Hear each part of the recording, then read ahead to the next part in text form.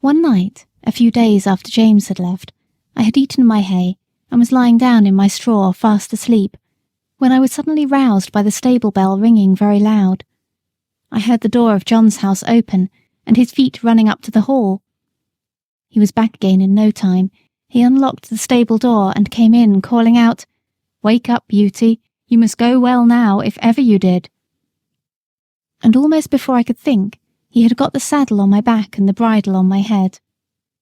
He just ran round for his coat, and then took me at a quick trot up to the hall door. The squire stood there with a lamp in his hand. "Now, John," he said, "ride for your life. That is, for your mistress's life. There is not a moment to lose. Give this note to Dr. White, give your horse a rest at the inn, and be back as soon as you can." John said, "Yes, sir," and was on my back in a minute. The gardener who lived at the lodge had heard the bell ring and was ready with the gate open, and away we went through the park and through the village, and down the hill till we came to the toll gate. John called very loud and thumped upon the door. The man was soon out and flung open the gate. "Now," said John, "do you keep the gate open for the doctor. Here's the money." And off he went again. There was before us a long piece of level road by the riverside. John said to me, "Now, Beauty, do your best." And so I did. I wanted no whip nor spur, and for 2 miles I galloped as fast as I could lay my feet to the ground. I don't believe that my old grandfather, who won the race at Newmarket, could have gone faster. When we came to the bridge, John pulled me up a little and patted my neck. "Well done, Beauty. Good old fellow," he said. He would have let me go slower, but my spirit was up, and I was off again as fast as before.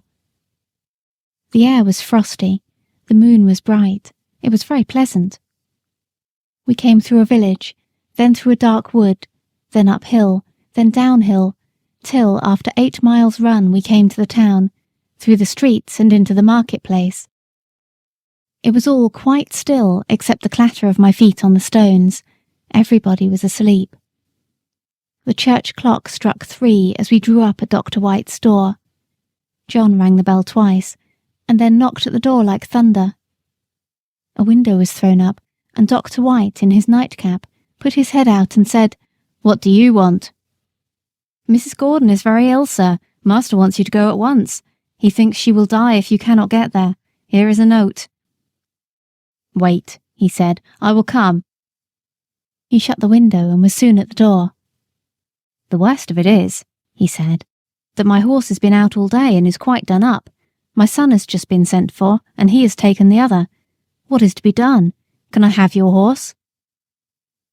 "He has come at a gallop nearly all the way, sir, and I was to give him a rest here, but I think my master would not be against it, if you think fit, sir." "All right," he said, "I will soon be ready." John stood by me and stroked my neck. I was very hot. The doctor came out with his riding whip. "You need not take that, sir," said John. "Black Beauty will go until he drops. Take care of him, sir, if you can. I should not like any harm to come to him." "No, no, John," said the doctor. "I hope not." And in a minute we had left John far behind. I will not tell about our way back. The doctor was a heavier man than John, and not so good a rider. However, I did my very best. The man at the toll gate had it open. When we came to the hill, the doctor drew me up. "Now, my good fellow," he said, "take some breath." I was glad he did, for I was nearly spent, but that breathing helped me on, and soon we were in the park. Joe was at the lodge gate, my master was at the hall door, for he had heard us coming. He spoke not a word. The doctor went into the house with him, and Joe led me to the stable. I was glad to get home. My legs shook under me, and I could only stand and pant. I had not a dry hair on my body, the water ran down my legs, and I steamed all over, Joe used to say, like a pot on the fire. Poor Joe. He was young and small, and as yet he knew very little, and his father, who would have helped him, had been sent to the next village. But I am sure he did the very best he knew. He rubbed my legs and my chest, but he did not put my warm cloth on me. He thought I was so hot I should not like it. Then he gave me a pail full of water to drink, It was cold and very good, and I drank it all. Then he gave me some hay and some corn, and thinking he had done right, he went away. Soon I began to shake and tremble, and turned deadly cold. My legs ached, my loins ached, and my chest ached, and I felt sore all over. Oh, how I wished for my warm, thick cloth as I stood and trembled. I wished for John, but he had 8 miles to walk, so I lay down in my straw and tried to go to sleep. After a long while I heard John at the door. I gave a low moan, for I was in great pain. He was at my side in a moment, stooping down by me. I could not tell him how I felt, but he seemed to know it all. He covered me up with 2 or 3 warm cloths, and then ran to the house for some hot water. He made me some warm gruel, which I drank, and then I think I went to sleep. John seemed to be very much put out. I heard him say to himself over and over again, stupid boy, no cloth put on, and I dare say the water was cold too. Boys are no good."